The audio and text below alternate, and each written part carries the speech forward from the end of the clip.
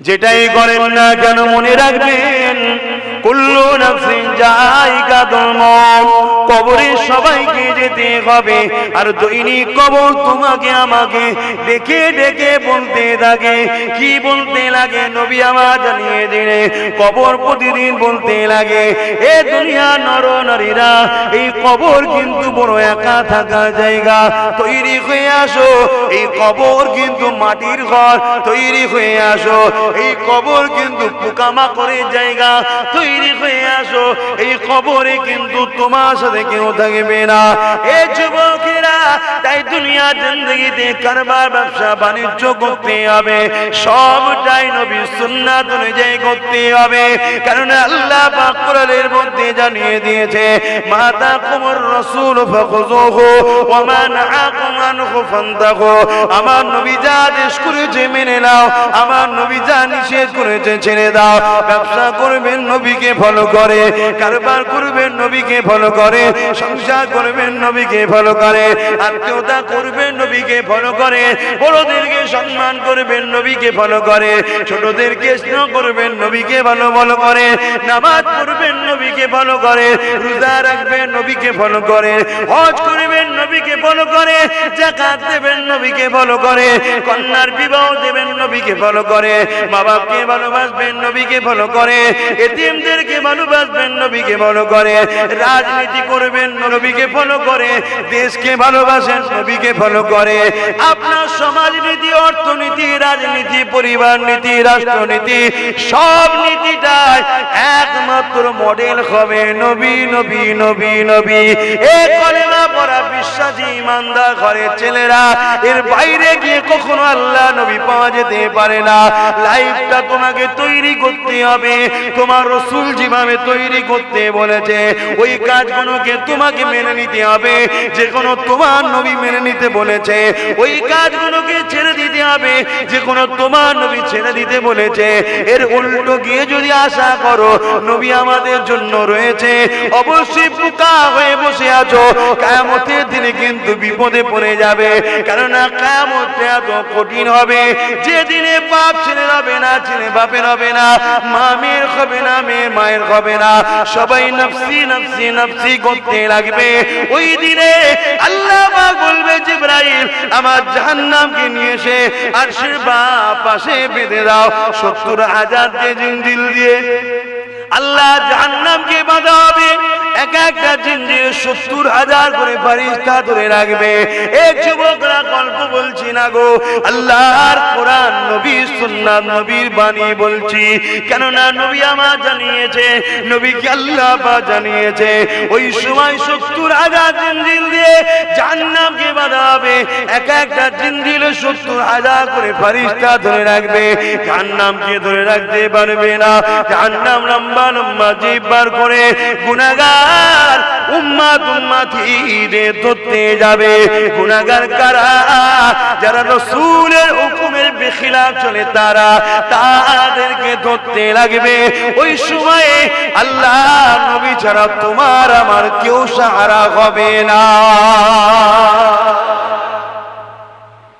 সেই নবীকে ভালো করুন, সেই নবীকে ভালোবাসুন।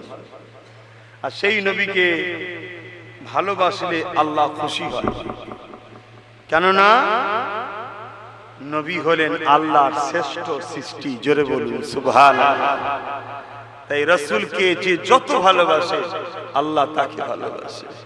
ভাইরা, নওজোয়ান তরুণেরা, জানি না আমাদের কি আল্লাহকে খুশি করার জন্য আমরা কতটা জিন্দেগিকে উৎসর্গ করতে পারবো। তবে মনে রাখবেন, এই জিন্দেগিতে যে যত বেশি আল্লাহ পাকের দাসত্ব করবে, আল্লাহ পাকের কাছে তার তত মাকাম বেশি। আমি হুজুরের ঘরের ছেলে, নবী বংশের ছেলে, অবশ্যই বংশ হওয়ার জন্য একটা ইজ্জত আছে, কিন্তু আমার থেকেও যদি এটা আম ঘরের ছেলে আল্লাহকে বেশি ভালোবাসে, আমার থেকে আল্লাহর কাছে তার ইজ্জত বেশি। এটা শরিয়ত ভাই, এটা শরিয়ত। কিন্তু হ্যাঁ, আবার আমরা যদি একটা আম ঘরের ছেলে যে ইবাদত করছে আমিও সেম করছি, কিন্তু তার থেকেও আমার ইজ্জতটা আল্লাহ বেশি করেছেন, একটু বেশি দেবেন কেন? আমার একটা বংশ মর্যাদার গৌরব আছে রাসূলের সঙ্গে সম্পর্ক থাকার জন্য। কথা বুঝে আসছে? এটা সিস্টেম। অতএব আমি কে ওটা না দেখে লাভ নেই, আমি কাকে খুশি করতে বসেছি ওটা দেখুন। আমি এখানে বসলে দুটো লোক বলবে, হ্যাঁ গা তুই ইমাম সাহেব ওখানে বসেছিলে কেন গা? আরে আমি ইমাম তো কি হয়েছে, আমি তো বসেছি আমার মালিককে খুশি করার জন্য। জোরে বলুন সুবহানাল্লাহ। হ্যাঁ বাবেরা, নওজওয়ান তরুণেরা, এ নবী পাকের প্রেমিকেরা, আমাদের অস্তিত্ব কোনো কিছু ছিল না গো, সামান্য নাপাক পানি আল্লাহ পাক যেটা বাপের শরীর থেকে মায়ের রেমে দিয়েছে, 120 দিন পরে মায়ের পেটের মধ্যে আমরা লড়ে উঠেছি, অর্থাৎ আল্লাহ আমাদের শরীরে জানটা দিয়ে দিয়েছে, অর্থাৎ 120 দিন ধরে আমাদের শরীর মায়ের পেটের মধ্যে আমাদের হাড় হাড্ডি রগ রিশা গোস্ত চামড়া সবকিছু তৈরি করা হয়ে গেছে। মানুষটা যখন তৈরি হয়ে গেছে, জানটা কিন্তু নাই। আমার আল্লাহ ওই যে রূহ তৈরি করেছিলেন, ওই রূহকে তখন তোমার আমার শরীরে ফুঁকে দেয়, ওই জানটা যখন আসে তখন তুমি আমি মায়ের পেটে লড়ে উঠি, তখন দুনিয়ার মায়েরা বড় আনন্দ খুশি হয়।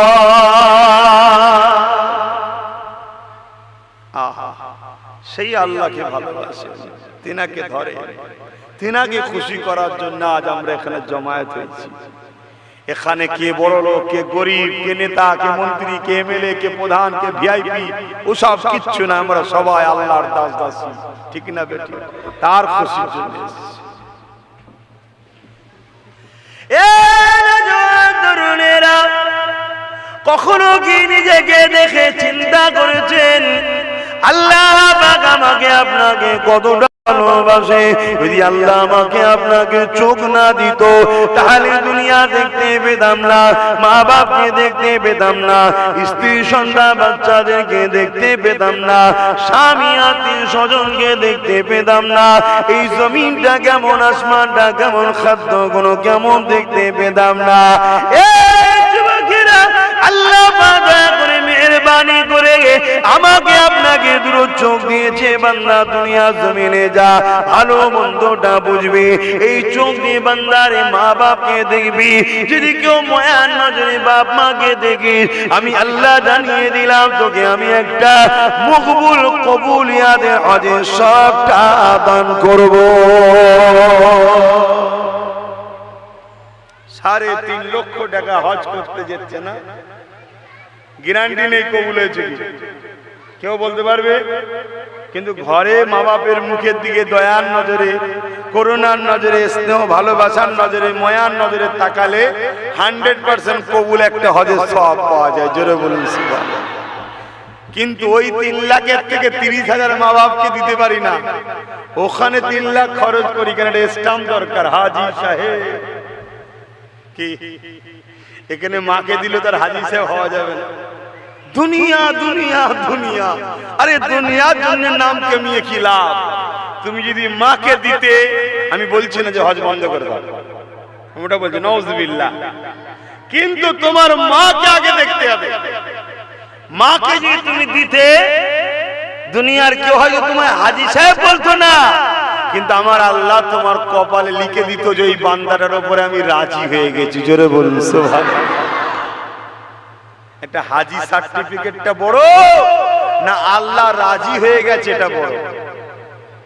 আমি বলছি না যে হজ করবেন না, নাউজুবিল্লাহ, ভুল বুঝবেন না। আমি ওই সকল মানুষকে বলছি যারা মা বাপকে দিতে কিন্তু বোধ করে, অথচ 3.5 খরচ করে হজ করতে যায়, মা বাপকেও দেয়, আল্লাহ আরো দিয়েছে, হজও করছে, আলহামদুলিল্লাহ, এটা ডবল জিনিস পেল, আল্লাহ রাজিও হয়েছে, হাজিও হয়েছে। জোরে বলুন সুবহানাল্লাহ। এটা আরো বড় বড় যার মানুষ, জি, একটা আম মানুষের নামাজ, একটা আলেমের নামাজ। আম মানুষ নামাজ পড়েছে নেকি, আলেম নামাজ পড়েছে নামাজের সব, কিন্তু আলেম হওয়ার জন্য একটা দরজা বেশি না কম। ঠিক তেমন একটা ছেলে মা বাপকে ভালোবাসে কিন্তু হজ করতে পারে না, ও শুধু মা বাপের খাদেম, আল্লাহ তার উপরে রাজি। আর একজন মা বাপকে ভালোবাসে, হজও করেছে, এর দুটো দরজা পেয়েছে, জোরে বলুন সুবহানাল্লাহ। কিন্তু মা বাপ ছেড়ে দিয়ে আজকে অনেক হচ্ছে না, হয়নি এরকম? বাপ রে বাপ, এক বাড়িতে বা এক পেটের মধ্যে 3টে 4টে 5টার জায়গা হলো, আর একটা বাড়ির মধ্যে 2টোর জায়গা হচ্ছে না। এগুলো বাপ মাকেও একটুখানি মেনে নিতে হবে, আমাদেরও কিছু কর্মে ত্রুটি হচ্ছে। ওটা একটাই রাস্তা, আমরাও নবীকে ছেড়ে দিয়েছি, আমাদের বাচ্চাগুলোকে নবী চিনাতে পারেনি। তাই তো আমাদের ছেলেরা রাত 2টোয় পটাকা ফুটায়। কি হয়েছে রে বাবা? বলছে আমার দল জিতে গেছে। তোর দল কোনটা? বলছে ব্রাজিল, আর্জেন্টিনা। ওহো, তাই নাকি? অথচ যারা সারা জীবন আমার ইসলামকে মিটাবার জন্য ষড়যন্ত্র করছে, ওগুলো হচ্ছে আমাদের দল। লাও, তাদের জন্য রাত 2টোর সময় জেগে পটাকা বাজাচ্ছে, আর আমার আল্লাহর জন্য রাত 4টেই উঠে একবার দূরে গান নামাজটা পড়তে পারছে না। কেন? আমরা শিখাতে পারিনি যে এটা আমাদের দল, আমরা শিখিয়েছি ওইটা আমাদের দল। কি গো, অসুবিধা হচ্ছে? যুবকরা মনে কষ্ট পেচ্ছ? বোঝো আমার সোনার ভাই যুবকরা, এই জিন্দেগি খুব সামান্য, কোনো গ্যারান্টি নেই। আমার আজকেই হয়তো শেষ, কাল সূর্য নাও দেখতে পারি, কোনো গ্যারান্টি তোমাদেরও নেই।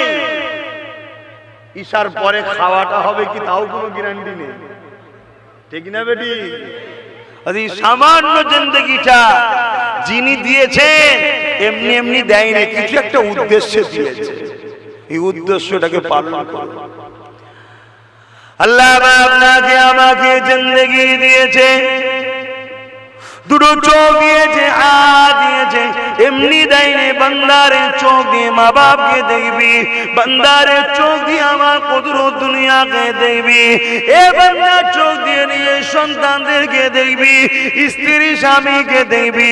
বান্দা বান্দিরে এই চোখ দিয়ে বেশি বেশি করে আমি আল্লাহ আমার কালামুল্লাহ কোরআন শরীফকে বেশি বেশি করে দেখবি। আজকে এতগুলো তো যুবক বসে আছে, বলো কতগুলো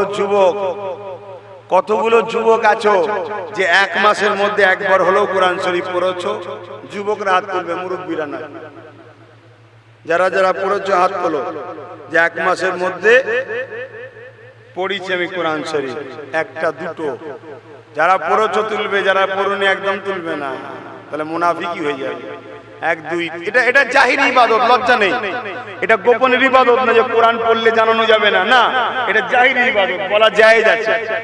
1 2 3 4 5 6 7 8 9 10, এই কয়েক, দেখুন 1 মাস। আচ্ছা 2 মাসের মধ্যে কারা কারা কোরআন শরীফ পড়েছে?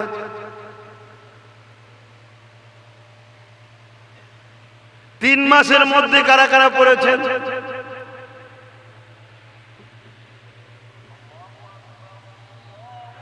অথচ হযরত মুসা আলাইহিস সালাম, এ যুবকরা শোনো মন দিয়ে, আল্লাহ পাক তোমাকে আমাকে ছাড় দিয়েছে, ছেড়ে কিন্তু দেয়নি। মনে রাখবে, ভালোই তো রয়েছি, কিছুই তো ক্ষতি হচ্ছে না, ভুল তোমার হচ্ছে, কারণ আল্লাহ পাক ছাড় দিয়েছে, ছেড়ে কিন্তু দেয়নি। একদিন তোমাকে ডাকবে, সুম্মানু বিগা উখরা ফাইযা খুম কিয়ামুন ইয়ানজিরুন, আবার সিংহায় ফু দেওয়া হবে, যেমন নাগল দিলে আলু ওঠে জমিন থেকে, তুমি আমি মাটি থেকে উঠতে থাকবো। ওই দিনটা হবে বিচারের দিন, ময়দানে মাশর।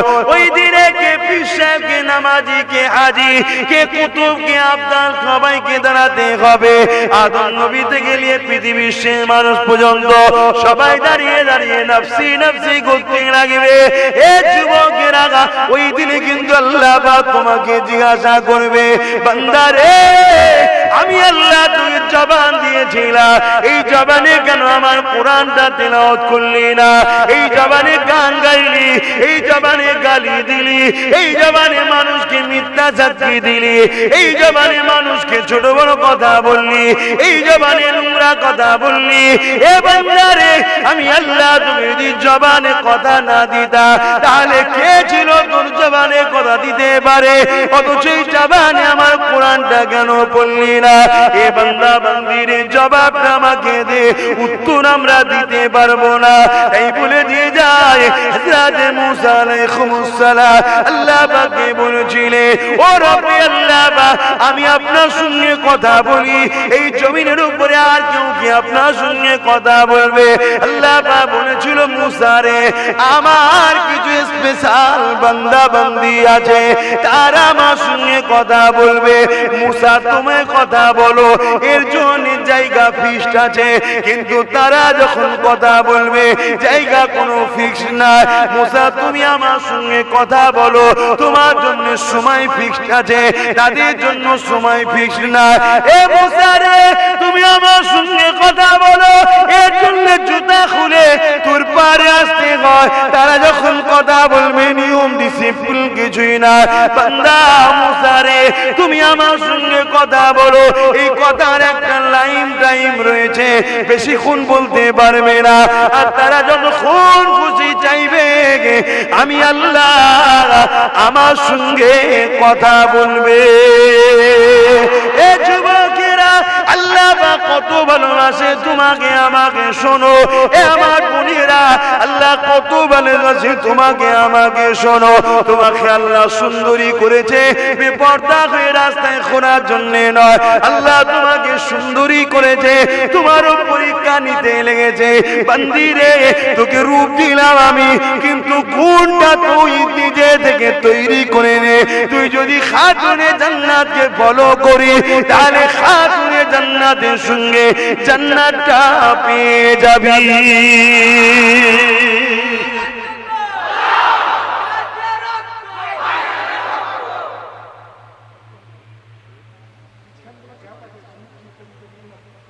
আমি বলেছি একবার, একটু চেপে চেপে দেখেন না, সরে সরে আসে, লোক জায়গা পাচ্ছে না, সরে সরে আসে। আজের বীজখানে অন্যদিকে গেলে আজের সব এমনি। ভাই আমার ব্রেন খুব চঞ্চল, নানা রকম টেনশন, নানা রকম কাজ। আমারও একটা জিন্দেগি আছে, আমিও পারি আপনাদের মতো জিন্দেগি কাটাতে। নিজের বউ বিবি বাচ্চা মা বাপ ছাড়া আর কিছু বুঝবো না, অনেক আরামে জিন্দেগি হবে। কিন্তু আমি তা করি না তো, আমি দুনিয়ার বোঝা মাথায় নিয়ে বসে আছি। নানান সমস্যা সমাধান করার চেষ্টা করছি। বিশেষ করে এই বাচ্চা ছেলে মেয়েগুলোর ভবিষ্যৎ কি করে বড় হবে, কি করে এরা মাথা তুলে ইজ্জতে রুটি খাবে, কি করে এরা মাথা তুলে নিজের ধর্মকে স্বাধীনভাবে মানতে পারবে, এর জন্য অনেক চেষ্টা করছি। এর জন্য মাথা সবসময় চঞ্চল, সব সময় চারিদিকে ব্রেন ছুটছে, এক জায়গায় ধরে রাখতে পারছি না ব্রেনকে। দরুদ শরীফ আল্লাহুম্মা সাল্লি আলা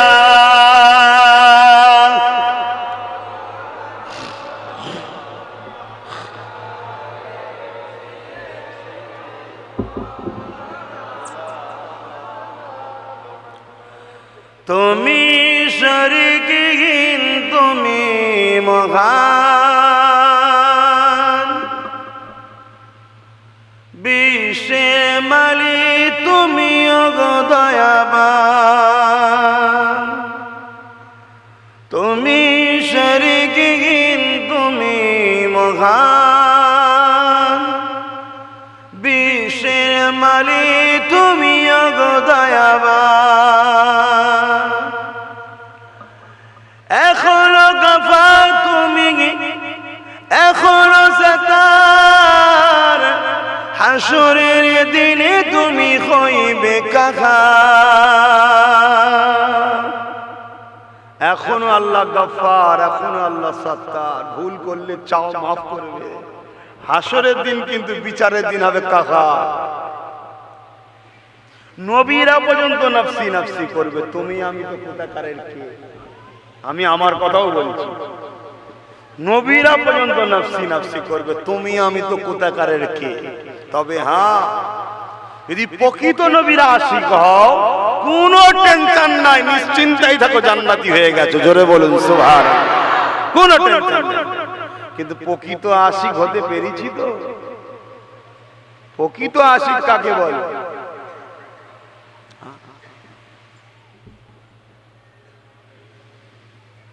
প্রকৃত আশিক কাকে বলে? একটা মানুষকে দড়ি দিয়ে বাঁধা আছে, হাত পা বাঁধা, শিকল দড়ি দিয়ে বেঁধে রেখে বলতে লেগেছে, তোমার সাথীদের গগে যেভাবে ছুরি দিয়ে চড়িয়ে চড়িয়ে মারা হলো, তোমাকে খুনি মেরে দেওয়া হবে। এই যুবকেরা ছুরিতে আগে চড়িয়ে দেওয়া হতো, একটা ধারালো মুকুটটা চুষ থাকবে, রড থাকে বড়, পায়খানা রাস্তায় বসিয়ে দেওয়া হয়, ওটা আস্তে আস্তে গিয়ে মাথা দিয়ে বেরিয়ে যায়। এইভাবে তাকে শাস্তি দেওয়া হয়, একে বলা হয় ছুরিতে চড়ানো। এইভাবে তোকে সামনে তার ভাইগুলোকে ছুরিতে চড়িয়ে চড়িয়ে মেরে দেওয়া হলো। এবারে তাকে মারতে নিয়ে যাচ্ছে, হাতে দড়িগুলোকে টেনে টেনে। আর ঠিক এমন সময় তাই বলতে লেগেছে, তুমি কি চাও না ঘরে গিয়ে স্ত্রীকে নিয়ে থাকবে? তুমি কি চাও না ঘরে গিয়ে বাচ্চাদেরকে নিয়ে থাকবে? তুমি কি চাও না তুমি তোমার জিন্দগিটাকে ফিরে পাবে? তাহলে একটা ছোট্ট কাজ করে দাও, তাহলে তোমাকে আমরা আজাদ করে দেবো। কি কাজ করতে হবে? শুধু তুমি তোমার জায়গাতে মুহাম্মদকে বুঝিয়ে বাজিয়ে নিয়ে আসো, তোমার মুহাম্মদকে ছুরিতে চাপাবো, নাউজুবিল্লাহ, তার বিনিময়ে তোমাকে ছেড়ে দেবো। ওই সময় যুবকটা চোখ ভরা পানি নিয়ে বলছে, শোনো জালিম, একবার নয় 1000 যদি আল্লাহ জান দেয়, প্রতিটা জান ছুরিতে দেয়া পছন্দ করি, কিন্তু আমার মোস্তফার পায়ে কাঁটা ফুটে যাওয়া পছন্দ করি না। প্রেম, প্রেম। আমরা একটা কাজ ছেড়ে নবীর মাহফিলে যেতে পারি না, আমরা একটা চেয়ার ছেড়ে নবীর মাহফিলে বসতে পারি না, আমরা একটা নিজের সাথে করে নিয়ে কিছু নেই, জায়গা নেই, তো কি হয়েছে, চল এখানেই বসে যায়। যদি বলা হতো 500 টাকা দেবে যারা লাইনে বসবে, এক্ষুনি তো কাদা টাদা দেখতো না, বসে বসতে 500-র জন্য। এই কথা ভুল হচ্ছে না? তাহলে আমরা কিসের আশিক? আমার তো মাথায় ঢোকে না। মাঝে মাঝে ভাবি যে খোদা, আশা তো করে আছি, তোমায় নবীকে ভালোবাসি, জান্নাত যাবো, ফসকে যাবে না তো? কেন আমরা তো সেই আশিক হতে পারিনি, আমরা তো সেই আশিক হতে পারিনি। এক মহিলাকে ধরেছে মক্কার বাজারে, লোক ভর্তি, মহিলাকে দাঁড় করিয়েছে, আবু জেহেল, দাঁড়া, শুনলাম তুমি নাকি মুহাম্মাদের দলে চলে গেছো, আমাদের দল ছেড়ে দিয়ে। বলছে হ্যাঁ। কেন? মুহাম্মদ সত্যের পক্ষে, ন্যায়ের পক্ষে, ইনসাফের পক্ষে, ইনসানিয়তের পক্ষে, কল্যাণের পক্ষে, মানবতার পক্ষে, আমার স্রষ্টার পক্ষ থেকে তিনি মেসেঞ্জার হয়ে এসেছে, তাই তিনাকে মেনে নেওয়াটা এটা আমার দায়িত্ব, আমি মেনে নিয়েছি। বলুন সুবহানাল্লাহ। আবু জেহেল বলছে, জানো তুমি কি বলছো, তোমার কি শাস্তি হতে পারে? কি শাস্তি হবে? তুমি যত জোরই আমার উপরে চালাও না কেন, মুহাম্মদ রাসূলকে যে জায়গা দিয়ে দিয়েছি, ওই জায়গা থেকে তুমি আর জীবনে বার করতে পারবে না। জোরে বলুন সুবহানাল্লাহ।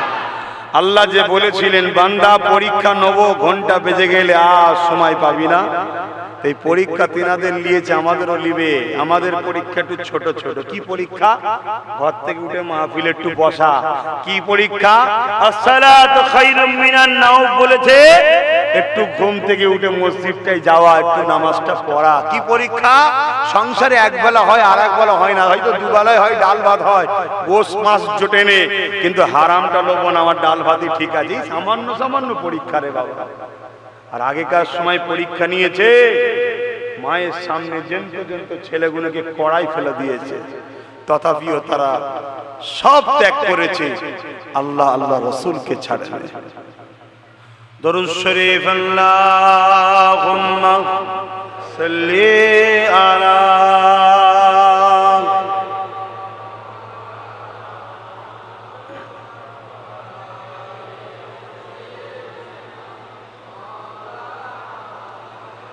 কেমন করে ডাকবো তোমায়, ডাকতে জানি না হি আল্লাহ, কেমন করে ডাকবো তোমায়। আদম কান্দে গন্ধ মুখে, খলিল কান্দে আগুনেতে, আদম কান্দে গন্ধ মুখে, খলিল কান্দে আগুনেতে, কান্দে হাজেরা হে আল্লাহ, কেমন করে ডাকবো তোমায়, ডাকতে জানি না হে আল্লাহ, কেমন করে ডাকবো তোমায়। হাবিব কান্দে উম্মত বলে, হুসাইন কান্দে কারবালাতে, হাবিব কান্দে উম্মত বলে, হুসাইন কান্দে কারবালাতে, কান্দে ফাতেমা হে আল্লাহ, কেমন করে ডাকবো তোমায়, ডাকতে জানি না হে আল্লাহ, কেমন করে ডাকবো তোমায়। ভয় করুন আল্লাহ, রসুলের কলিজার টুকরো, যার জন্য কায়নাত আল্লাহ করেছে, ফাতেমা হুজুরের সংসারে এমনও দিন গেছে কয়েক সপ্তাহ খাওয়া হতো না। আল্লাহ পরীক্ষা নিয়েছে। আর আজ আমাদের খাবার এত আল্লাহ দিয়েছে, খেয়ে শেষ করতে পারছি না, ভয় হয়। আল্লাহ আমাদের উপরে নারাজ নয় তো, তাই এততে দিচ্ছে যে দুনিয়ায় লেলে তোরা আখেরাতে পাবি, এমন তো নয়। যারা গরিব তারা কত খুশনসিব, যদি তারা ইমানদার হয়। কিয়ামতের দিন গরিবদের ঘরে আল্লাহ ফেরেশতারা বলবে চলো হিসাব দেবে, চলো। গরিবরা বলবে আবার হিসাব কিসের, কিসের হিসাব দেবো? আল্লাহ তো দুনিয়ায় দেয় না কিছু, তো হিসাব আবার কিসের? আল্লাহ পাক কুদরতি এসে বলবে ফেরেশতা সাদদাকতা, ওরা সত্যই বলছে, যা 70 বছর গরিব ছিল, আজকে ধনীদের থেকে 500 বছর আগে জান্নাতে যা। জোরে বলুন সুবহানাল্লাহ। আবার যদি ধনী করেছে আল্লাহ, উসমান গনি যদি হতে পারে, মানে ওনাকে অনুসরণ, তাহলে কামিয়াবি আছে। এত দিয়েছে আল্লাহ, এত দিয়েছে, শুধু লোককে দিয়ে দিয়েছে, শুধু লোককে দিয়ে দিয়েছে, তাও শেষ হয়নি, তাও শেষ হয়নি।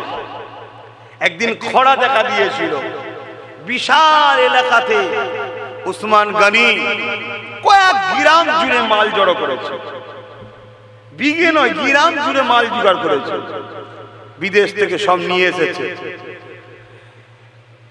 ইহুদিরা দেখছে যে উসমানের থেকে মালটা আমরা বেশি দামে কিনে নিই, কেন খরা আরো বাড়বে, তখন আমরা ডবলে বিক্রি করব, ডবলে বিক্রি।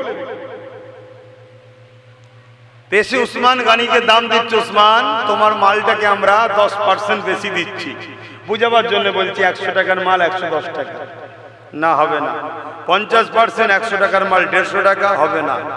100 টাকার মাল 200 টাকা, ডবল 100% বেশি, না হবে না।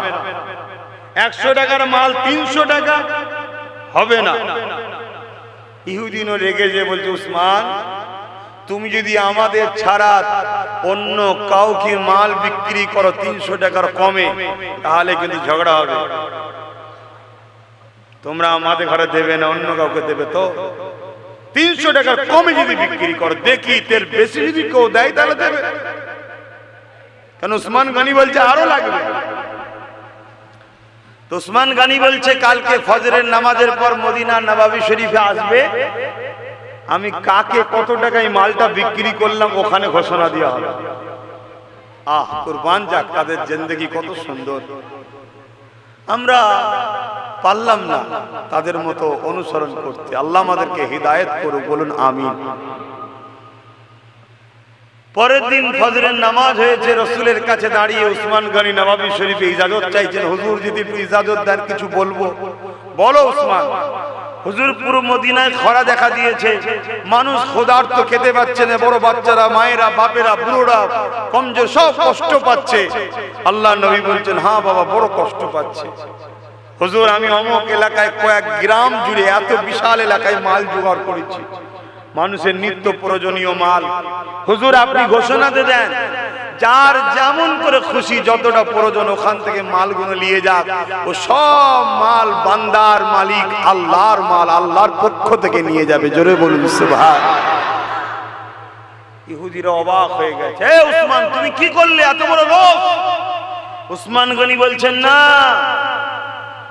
আমি 700 টাকায়, বুঝাবার জন্য বলেছি, 700 গুণ, 70 থেকে 700 গুণ আল্লাহ বেশি দেয় বরকত। 700 গুণ বেশিতে এই মালগুলো আমার আল্লাহর কাছে বিক্রি করেছে, এর বিনিময়টা পরকালে লব। জোরে বলুন সুবহানাল্লাহ। আর আমরা সব যতটুকু আল্লাহ দিয়েছে এ থেকেও যদি কিছুটা দিয়ে দিই পরকালে কাজে লাগবে। আর যাদেরকে আল্লাহ রোজ আনা রোজ খাওয়া, ও তো যদি আলহামদুলিল্লাহ বলো, আল্লাহ পরকালে আর হিসাব দিতে লাগবে না। কথা বুঝছেন না, বোঝেন না? কিন্তু আমরা আল্লাহ আমাদেরকে কত ভালোবাসে আমরা ভুলে যাচ্ছি। আল্লাহ নবীর বিবি ফাতেমা হুজুর একদিনের কথা কয়েক সপ্তাহ খাওয়া হয়নি। হযরত আলী ফাতেমা জাহরাকে বলেছিলেন, ও হযরত ফাতেমা একটুখানি আপনার আব্বা জানের কাছে যাচ্ছি, কারণ আল্লাহ নবীকে অনেকে নজরানা দেয়, তোফা দেয়, ও থেকে যদি কিছু পাই নিয়ে আসবো, তাহলে আমাদের সংসারে যে কয়েকদিন খাওয়া হয়নি এই কষ্টগুলো আপনি পাচ্ছেন, বাচ্চারা পাচ্ছে, এ থেকে আল্লাহ পাকের দয়াতে আমরা মুক্তি পেয়ে যাব। এ যুবকেরা, তরুণেরা, হযরত আলী কারামাল্লাহু ওয়াজহু চলে গেলে, আল্লাহ নবীর দরবারে পৌঁছে গেলে, অনেকে এসে অনেক নজরানা দেয়, কিন্তু আল্লাহ নবী আলীকে কেউ দিচ্ছে না। কিছুক্ষণ যাওয়ার পরে হুজুর আমার ঘরে ফিরে আসলে মনটা বড় মরা করে হযরত ফাতেমা হুজুরকে সালাম দিলে। হযরত ফাতেমা হুজুর সালামের জবাবটা দিয়ে বললে, আমার প্রাণের স্বামী মনটা আপনার মরা কেন, কেন এত মনটা মরা? হযরত আলী বলেছিলেন, আপনার আব্বার কাছে গিয়েছিলাম, হয়তো কিছু নজরানা নিয়ে আসবো, কিছু পেলাম না বাচ্চাদের মুখে, তোমার মুখে কি ওসিলা হব, এই জন্য মনটা বড় মরা। হযরত ফাতেমা কি বলেছিলেন, আমার প্রাণের স্বামী আপনি কি জানেন না আল্লাহ পাক সবরকারীদেরও সাথে আছে, আল্লাহ পাক শুকরগুজারকারীদেরও সাথে আছে। আল্লাহ খাওয়ালে আলহামদুলিল্লাহ বলবো, শুকর আদায় করব, আল্লাহ পাক শুকরগুজারের সাথেও রয়েছে। আল্লাহ না খাওয়ালে সবর করব, সবরকারীর সাথেও আমার আল্লাহ পাক রয়েছে। আমার আল্লাহ যদি ফাতেমাকে শুকিয়ে রেখে খুশি হয়, আমরা কেন সেই আল্লাহর জন্য শুকিয়ে থেকে খুশি হব না?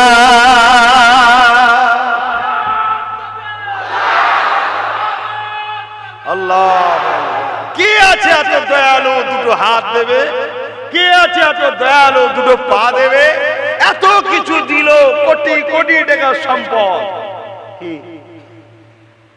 কোটি কোটি টাকার সম্পদ না? দুটো চোখের দাম, দুটো হাতের দাম, দুটো পায়ের দাম দেখুন না। কোটি কোটি টাকা সম্পদ আল্লাহ ফ্রিতে দিল। তিনি নাই ভালোবেসে একদিন টেস্ট করেছে আমায়, আপনাকে একটু পরীক্ষা করেছে। নাই ফাতেমাকে কয়েকদিন তিনি খাওয়াইনি। ফাতেমাকে যদি তিনি না খাইয়ে পরীক্ষা নিয়ে যদি খুশি হন, তাহলে আমরা কেন পারবো না সেই আল্লাহর জন্য না খেয়ে থেকে খুশি হতে? বলুন সুবহানাল্লাহ। ভাবু হযরত ফাতেমা যারা কি বলেছিলেন, এ আমার প্রাণের স্বামী, আমি আল্লাহ পাকের কাছে অনেক শুকরিয়া আদায় করি।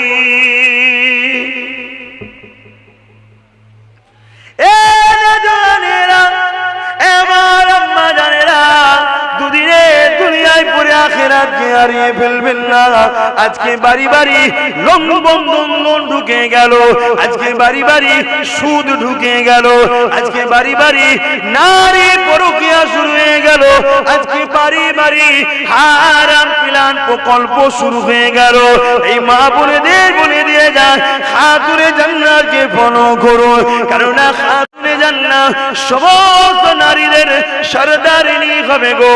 কিয়ামতের দিনে সবাই যখন নাফসি নাফসি নাফসি নাফসি করবে, আমার কি হবে, আমার কি হবে, ওই সময়তে আল্লাহ পাকের এক ফেরেশতা ঘোষণা দেবে, এ ময়দানে মাশরে মানুষেরা সবাই মাথাকে হাত করে নাও, মাথাটাকে নত করে নাও, জমিনের দিকে মাথাটা নিচু করে নাও, চোখগুলোকে তুলে রেখো না, মাথাটাকে হাত করে দাও, সম্মানের জন্য কাঁধ দিয়ে দাঁড়িয়ে যাও। কে যাবে, কে যাবে? এই সময় ফেরেশতারা বলতে লাগবে, আল্লাহ পাকের প্যারি বান্দি খাতুনে জান্নাত জান্নাতে যাবে। এমনি এত সম্মান পাই, আল্লাহর পরীক্ষায় তারা কামিয়াবি হয়েছে। আর আমাদের কি হচ্ছে?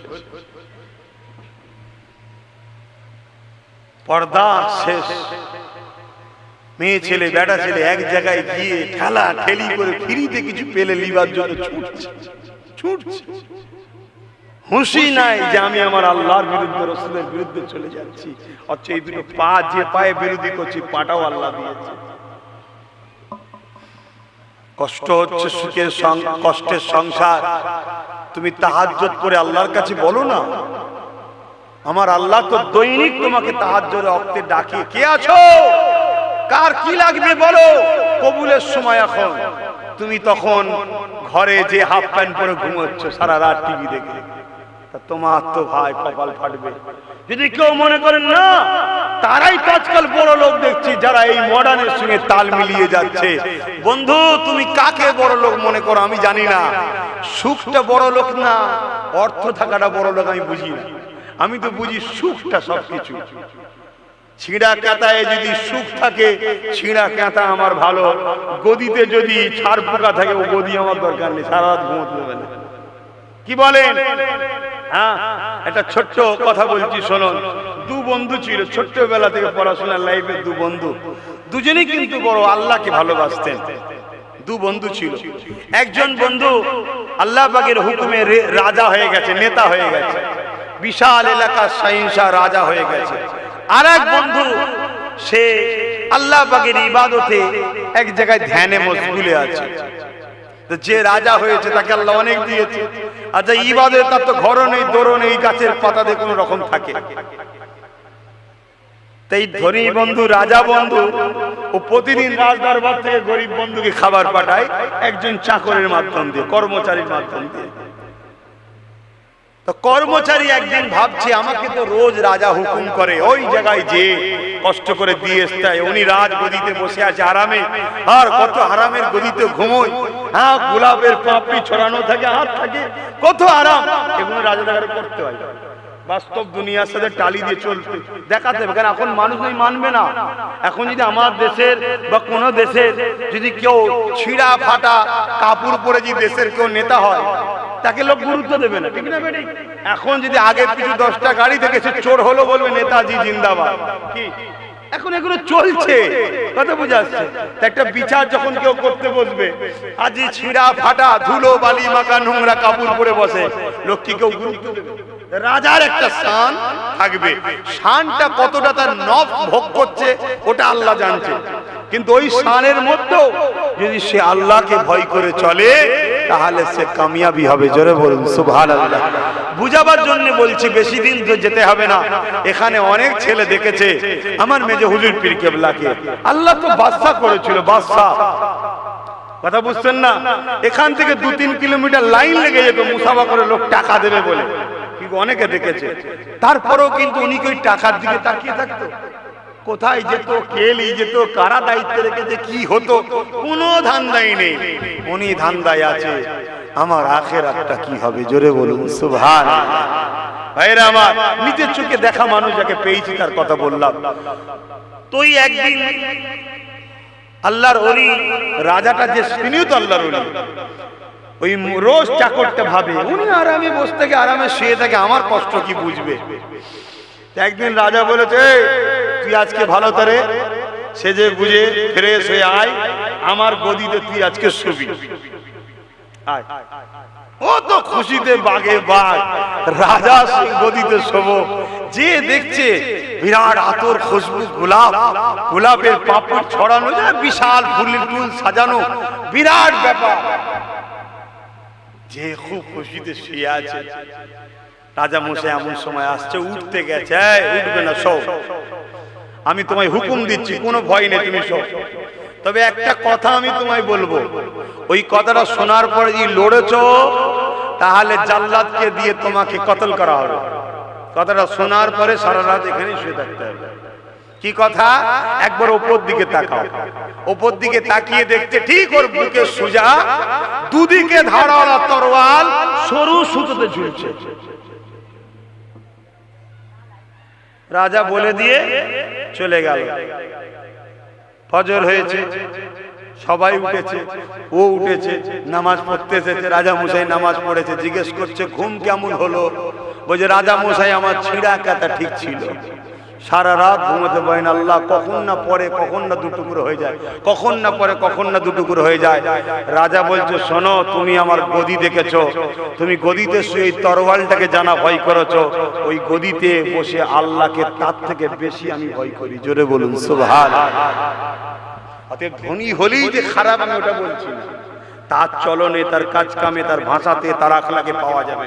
কাউকে কখনো জুলুম করে না, পয়সার গরম দেখায় না, দেখেছিস আমায় চিনিস, দেখবি কি করতে পারি, এরকম কখনো করে না। কথা বুঝে আসছেন? জানবেন এই লাইনে আছে। আর একটু না হতে না হতে বাপ রে বাপ, ও পিক কার গায়ে ফেলের হুঁশ নাই। কি আছে না? না, রাস্তার ধারে কোনো গরিব গেলে এমন চাকা মারলো গাড়ি, ছিটকে তার একদম গা আমায় ভর্তি করে, আবার কিছু বললে নেবে মারবে, বলারও লাইন নেই। কি গো, কাঁচা পয়সার হয়ে গেলে হয় না, হয় না, ওই তাহলে শেষ হয়ে যেতে। হাসেন আল্লাহ আমাদের হিসাব নেবে।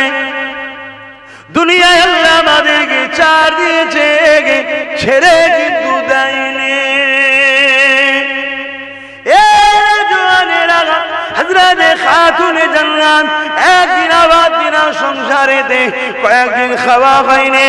হযরত আলী নবী দরবারে বসেছিল, নবী দরবার থেকে এসে খাতুনে জান্নাতকে জানিয়েছে, ও হযরত খাতুনে জান্নাত, আপনার আব্বাকে একজন সাহাবী একটা খাসি বকরি নজরানা দিয়েছে, কয়েকদিন তো আমাদের সংসারে কিছু খাওয়া হয়নি, আপনি যদি গিয়ে ওই বকরিটা নিয়ে আসে তাহলে আমাদের বাচ্চাদের নিয়ে খাতাটা দানের সুবিধা হবে।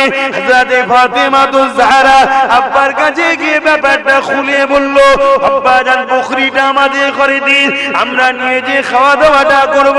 আল্লাহ নবী বলেছিল, এ হযরত ফাতেমা, বেটি ফাতেমা, তুমি কি বকরি চাও না আমি তোমাকে দুটো দোয়া শিখাবো, যার বিনিময়ে আল্লাহ পাকের কাছে আরো প্রিয় হয়ে যাবে। হযরত ফাতেমা তো ক্ষুধার্ত অবস্থাতে কি উত্তর দিয়েছিলে, আব্বা জান আমি বকরি খাসি চাই না, আমি ওই দোয়া চাইতে চাই যেটা করলে, কাজ করলে আল্লাহ পাকের কাছে আরো প্রিয় হওয়া যাবে।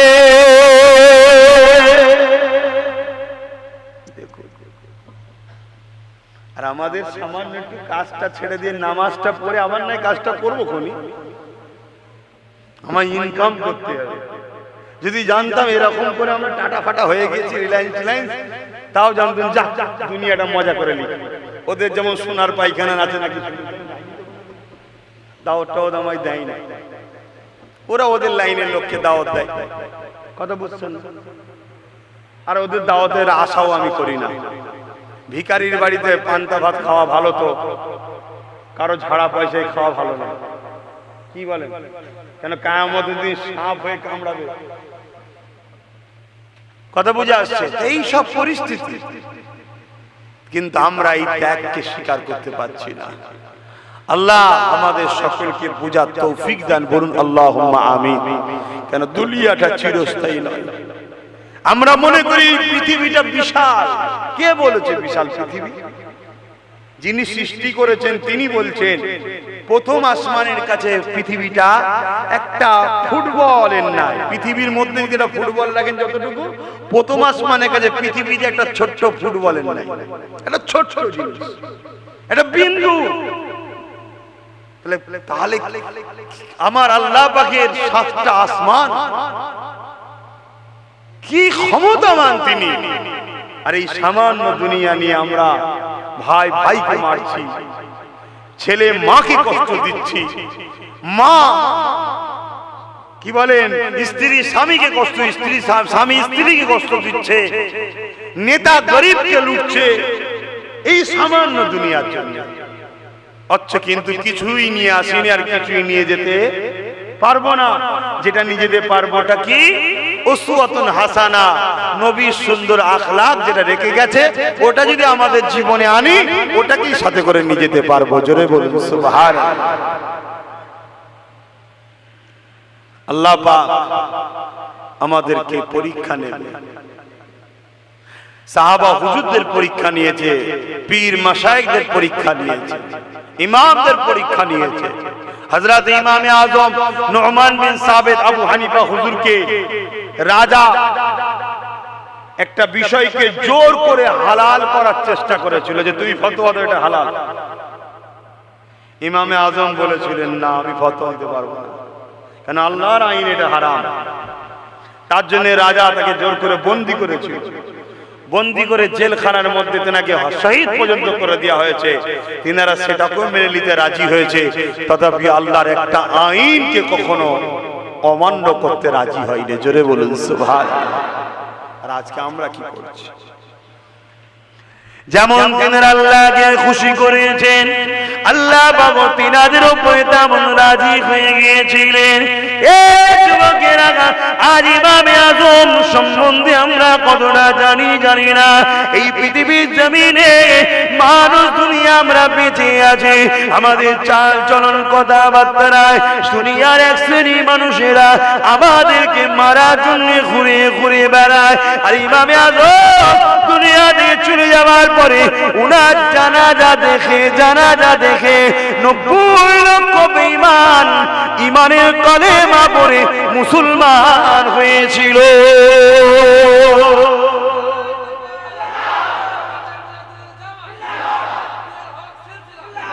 দেখুন কেমন মানুষ তিনারা।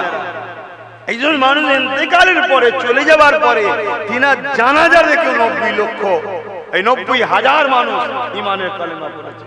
ইমাম মালিক হুজুরের জানাজা দেখে 70,000 লোক ঈমান ইসলাম এনেছে। তারা কেমন মানুষ ছিল? আহা, দুনিয়াদারি করতে হবে, বাচ্চাদের ভবিষ্যৎ, বাচ্চাদেরকে দেখাশোনা, তাদেরকে পিয়ার করা, তাদেরকে শিক্ষিত করা, তাদের কি করে দুনিয়াতে ইজ্জতের সঙ্গে বাঁচবে, গার্জেন হিসাবে আপনার দায়িত্ব আছে, করতে হবে। এগুলো তো ইবাদত, এগুলো যে ইবাদতের বাইরে তা নয়, এটাও ইবাদত। কিন্তু এগুলো করতে করতে আপনি দুনিয়াকে, সন্তানকে, পরিবারকে আল্লাহর উপরে তুলে দিচ্ছেন। তাই আজকে দুনিয়া সন্তান বাপ মার বিরুদ্ধে হয়ে গেছে, পরিবার স্বামী স্ত্রীর বিরুদ্ধে হয়ে যাচ্ছে। কেন? আল্লাহর উপরে আমরা তুলে দিচ্ছি। যেটাই করেন না কেন মনে রাখবেন কুল্লু নাফসিন যায়িকাতুল মউত, কবরে সবাইকে যেতে হবে। আর দৈনিক কবর তোমাকে আমাকে ডেকে ডেকে বলতে থাকে। কি বলতে লাগে? নবী আমার জানিয়ে দিলে কবর প্রতিদিন বলতে লাগে, এ দুনিয়া নর নারীরা, এই কবর কিন্তু বড় একা থাকার জায়গা, তৈরি হয়ে আসো। এই কবর কিন্তু মাটির ঘর, তৈরি হয়ে আসো। এই কবর কিন্তু পোকামাকড়ের জায়গা, তৈরি হয়ে আসো। এই কবরে কিন্তু তোমার সাথে কেউ থাকবে না। এ যুবকেরা, তাই দুনিয়া জিন্দেগিতে কারবার ব্যবসা বাণিজ্য করতে হবে, সবটাই নবীর সুন্নাত অনুযায়ী করতে হবে। কারণ আল্লাহ পাক কোরআনের মধ্যে জানিয়ে দিয়েছে, মা তাকুমুর রাসূল ফাখুযুহু ওয়া মা নাহাকুম আনহু ফান্তাহু। আমার নবী যা আদেশ করেছে মেনে নাও, আমার নবী যা নিষেধ করেছে ছেড়ে দাও। ব্যবসা করবেন নবীকে ফলো করে, কারবার করবেন নবীকে ফলো করে, সংসার করবেন নবীকে ফলো করে, আত্মীয়তা করবেন নবীকে ফলো করে, বড়দেরকে সম্মান করবেন নবীকে ফলো করে, ছোটদেরকে স্নেহ করবেন নবীকে ভালো ভালো করে, নামাজ পড়বেন নবীকে ফলো করে, রোজা রাখবেন নবীকে ফলো করে, হজ করবেন নবীকে ফলো করে, যাকাত দেবেন নবীকে ফলো করে, কন্যার বিবাহ দেবেন নবীকে ফলো করে, মা বাপকে ভালোবাসবেন নবীকে ফলো করে, এতিমদেরকে ভালোবাসবেন নবীকে ফলো করে, রাজনীতি করবেন নবীকে ভালোবাসেন নবীকে ফলো করে, দেশকে ভালোবাসেন নবীকে ফলো করে। আপনার সমাজনীতি, অর্থনীতি, রাজনীতি, পরিবার নীতি, রাষ্ট্রনীতি, সব নীতিটাই একমাত্র মডেল হবে নবী নবী নবী নবী। এই কলেমা পড়া বিশ্বাসী ইমানদার ঘরের ছেলেরা, এর বাইরে গিয়ে কখনো আল্লাহ নবী পাওয়া যেতে পারে না। লাইফটা তোমাকে তৈরি করতে হবে, তোমার রাসূল যেভাবে তৈরি করতে বলেছে ওই কাজগুলোকে তোমাকে মেনে নিতে হবে। যে কোনো তোমার নবী মেনে নিতে বলেছে ওই কাজগুলোকে ছেড়ে দিতে হবে, যে কোনো তোমার নবী ছেড়ে দিতে বলেছে এর উল্টো গিয়ে যদি আশা করো নবী আমাদের জন্য রয়েছে, অবশ্যই বোকা হয়ে বসে আছো। কিয়ামতের দিনে কিন্তু বিপদে পড়ে যাবে, কারণ কিয়ামতটা এত কঠিন হবে যেদিনে বাপ ছেলে হবে না, ছেলে বাপের হবে না, মা মেয়ের হবে না, মেয়ে মায়ের হবে না, সবাই নফসি নফসি নফসি করতে লাগবে। ওই দিনে আল্লাহ পাক বলবে, জিবরাইল আমার জাহান্নামকে নিয়ে এসে আরশের বাঁ পাশে বেঁধে দাও 70,000 জিনজিল দিয়ে। আল্লাহ জাহান্নামকে বাঁধা হবে, এক একটা জিনজির 70,000 করে ফেরেশতা ধরে রাখবে। এই যুবকরা গল্প বলছি না গো, আল্লাহর কোরআন নবীর সুন্নাত নবীর বাণী বলছি। কেননা নবী আমার জানিয়েছে, নবীকে আল্লাহ পাক জানিয়েছে, ওই সময় 70,000 জিনজিল দিয়ে জাহান্নামকে বাঁধা হবে। এক একটা জিনজিল 70,000 করে ফেরেশতা ধরে রাখবে, জাহান্নামকে ধরে রাখতে পারবে না। জাহান্নাম লম্বা লম্বা জিভ বার করে গুনাহগার উম্মত উম্মতিদের ধরতে যাবে। গুনাহগার কারা? যারা রাসূলের হুকুমের বেখিলাফ চলে তারা, তাদেরকে ধরতে লাগবে। ওই সময়ে আল্লাহ নবী ছাড়া তোমার আমার কেউ সাহারা হবে না। সেই নবীকে ভালো করুন, সেই নবীকে ভালোবাসুন। আর সেই নবীকে ভালোবাসলে আল্লাহ খুশি হয়, কেননা নবী হলেন আল্লাহর শ্রেষ্ঠ সৃষ্টি। জোরে বলুন সুবহানাল্লাহ। তাই রাসূলকে যে যত ভালোবাসে আল্লাহ তাকে ভালোবাসে।